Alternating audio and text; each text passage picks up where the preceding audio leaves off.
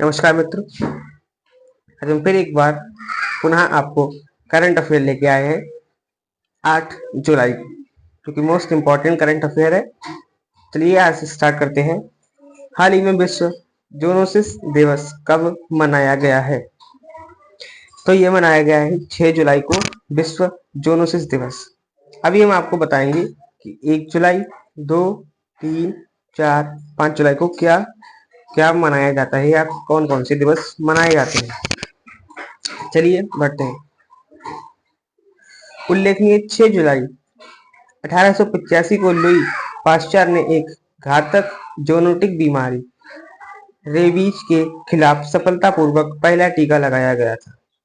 उनके इस काम के ने अनगिनत लोगों की जान बचाई। इसी के साथ ही जूनोटिक रोगों को रोकने में और उसकी रोकथाम की कोशिशों को प्रेरित करना जारी रखा हुआ है।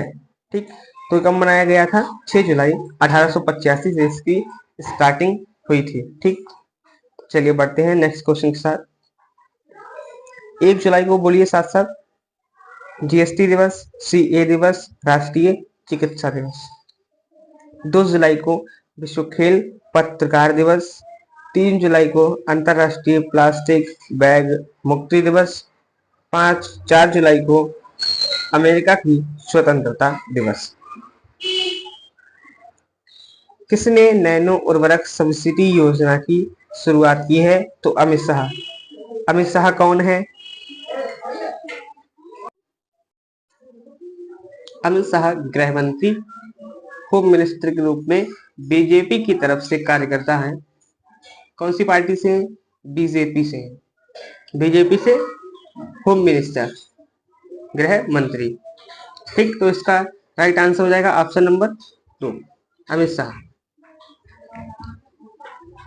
सरकारी नैनो उर्वरक, नैनो फर्टिलाइजर्स की खरीद के लिए किसानों को 50% सब्सिडी देने वाली योजना शुरू करेगी।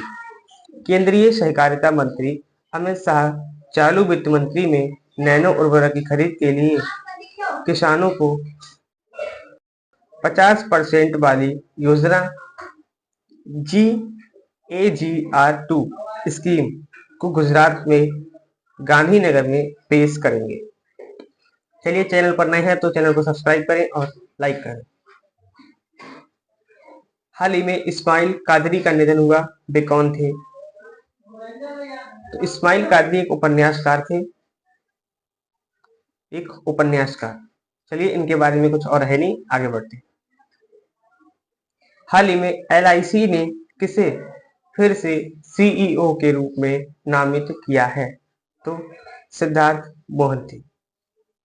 सिद्धार्थ मोहंती को एक बार फिर LIC के रूप में CEO के रूप में चुना गया। LIC के CEO या MD के रूप में चुना गया। हाल ही में मसूद पेजेशियन ने किस देश का राष्ट्रपति का चुनाव जीता है? तो ईरान के राष्ट्रपति का इन्होंने चुनाव जीता है। तो हम बात करते हैं ईरान के बारे में। तो ईरान की मुख्य नदी कौन सी है? तो इसकी मुख्य नदी है करुणा नदी। करुण नदी या फिर करुणा नदी ईरान की सबसे बड़ी और सबसे ज्यादा पानी वाली नदी है, जिसने, अभी मैं आपको बताता हूँ, अहवाज शहर को पूर्वी और पश्चिमी हिस्सों से विभाजित किया है। इस नदी की लंबाई लगभग 900 किलोमीटर है। 900 किलोमीटर है, जो चहार महल और बख्तियारी प्रांत के साथ साथ खुजिस्तान प्रांत से होकर बहती है। इसे ईरान की प्राकृतिक विरासत सूची में शामिल किया गया है। ठीक, चलिए अब हम बात करेंगे कि ईरान जो था वो भारत से कब अलग हुआ। तो इस्लामी क्रांति कब हुई थी? चलिए उसे छोड़िए। इस्लामी क्रांति के बाद ईरान 1979 को इस्लामी गणराज्य घोषित हो गया था। ठीक, 1979 को। चलिए, देश की सबसे गहरी नदी, तो भारत देश की पूछेगा तो ब्रह्मपुत्र नदी। ठीक है,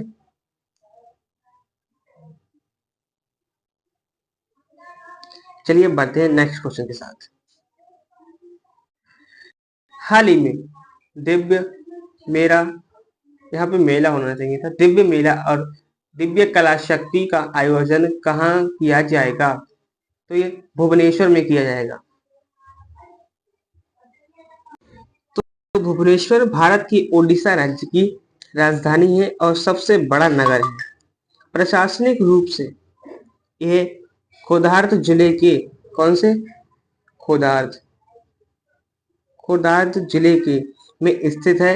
यह पूर्व भारत का एक महत्वपूर्ण आर्थिक व सांस्कृतिक केंद्र है। भुवनेश्वर नदी से दक्षिण पश्चिम में स्थित है। नगर के दक्षिण में दया नदी और पूर्व में कुआखाई नदी बहती है। चलिए, भुवनेश्वर का पुराना नाम आपको किसी को पता है? भुवनेश्वर का पुराना नाम, चलिए, तो 1956 में ओडिशा की राजधानी को कटक से भुवनेश्वर स्थानांतरित कर दिया गया। इसका मूल नाम एक ग्राम माना जाता है। कई पौराणिक संदर्भों के साथ स्रोतों द्वारा इस क्षेत्र को एक क्रम क्षेत्र और शैवपीठ के रूप में वर्णित किया गया है।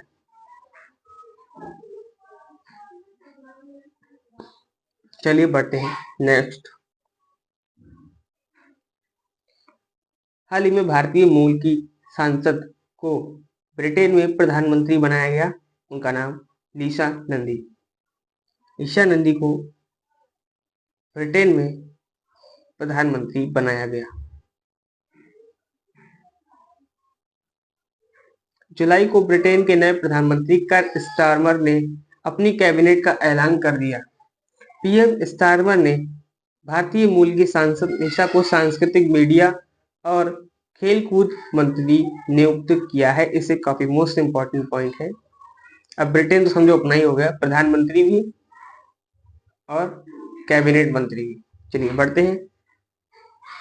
आज का हमारा लास्ट क्वेश्चन, आरबीआई ने किस बैंक पर 1.32 करोड़ रुपए का जुर्माना लगाया है? तो PNB, Punjab national bank. Punjab national bank पर 1.32 करोड़ रुपए का आरबीआई बैंक द्वारा जुर्माना लगाया गया। अब हम बात करेंगे आरबीआई बैंक के बारे में।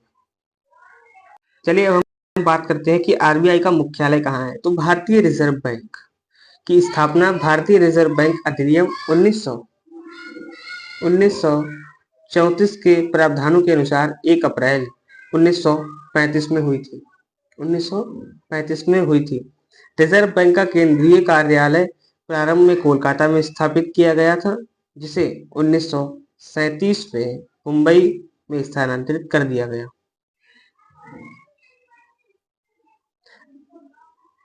आरबीआई का पहले नाम क्या था? तो रिजर्व बैंक ऑफ इंडिया, 1 अप्रैल 1935 को। ठीक,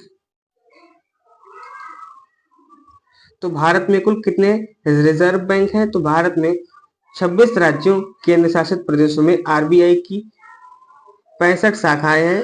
आरबीआई केंद्र की मौद्रिक नीति को विभिन्न वित्तीय कार्यालयों को विनियमित करने के लिए जिम्मेदार है। चलिए आज के लिए बस इतना ही, मिलेंगे कल।